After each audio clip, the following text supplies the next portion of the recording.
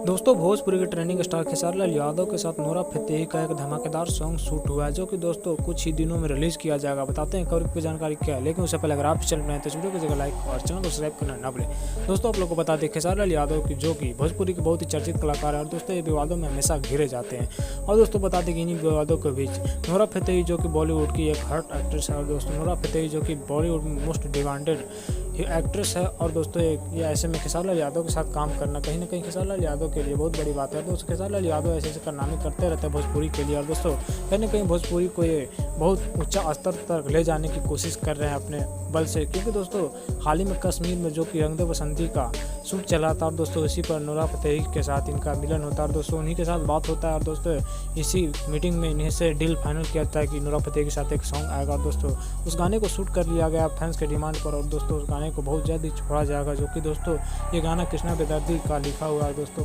खेसारी लाल यादव इस गाने में गजब धमाकेदार लुक लेकर आए हैं, और दोस्तों कहीं ना कहीं नोरा फतेही से देखकर इंप्रेस भी हुए। और दोस्तों नोरा फतेही हमेशा खेसारी लाल यादव के साथ काम करना चाहते हैं। दोस्तों खेसारी लाल यादव के हमेशा गाना सुनती रहती है। लेकिन दोस्तों आप लोग क्या कहना चाहते हैं नोरा फतेही खेसारी लाल यादव के बारे में, कमेंट बॉक्स में जरूर लिखिएगा, और चैनल पर नए हो चैनल को सब्सक्राइब करना ना भूलें।